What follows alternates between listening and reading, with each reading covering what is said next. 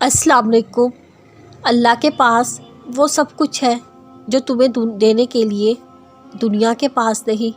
ला हासिल खुद से ही सोच लिया, अभी अल्लाह का जवाब आया ही नहीं।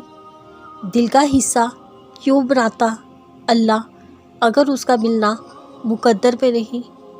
अल्लाह ने अगर कुन ना कहना होता तो तुम्हें इतना इंतज़ार करवाता ही क्यों। दरवाज़े मुमकिन के बंद हुए हैं, अल्लाह के दर के नहीं। तुम्हारी रज़ा अगर उसकी रज़ा ना होती तो तुम्हें मांगने की तौफीक देता ही नहीं। नसीब अगर बदल नहीं सकता तो अल्लाह दुआएं बनाता ही नहीं।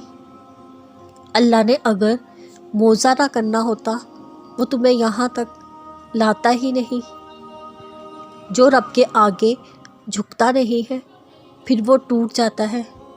तुम्हारी कहानी इसलिए यहाँ रुक गई क्योंकि अल्लाह चाहता है तुम उसका अगला हिस्सा खुद लिखो। जिसे तुम तख़ीर समझ रहे हो वो दरअसल दुआ का मौका है। तो फिर उठाओ हाथ और अपना नसीब बदल दो। दुआएं बेवजह तो नहीं होती, ये जो तुम टूट कर बिखरे हो उसके बाद मौत से तो लाजिम है। एक दिन तुम अपनी दुआओं को जियोगे और फिर तुम कहोगे कितना मुश्किल समझता था मैं इसे पाना जिसको आज मैंने पा लिया है। फिर तुम ये सोचकर शुक्र करोगे कि तुमने अल्लाह से मांगना नहीं छोड़ा।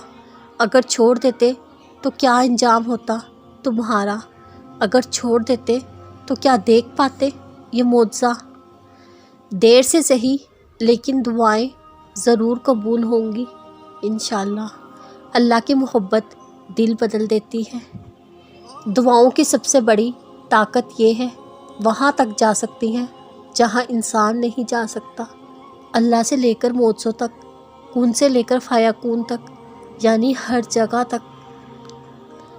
अगर कभी ज़िंदगी में ऐसी तकलीफ़ों से गुज़रो जिनका कभी गुमान भी ना किया हो तो इत्मीनान रखना, अल्लाह रब्बुल इज़्ज़त तुम्हें रास्ते भी ऐसी अता करेगा जिनका कभी भी ख्याल दिल में ना गुज़रा होगा।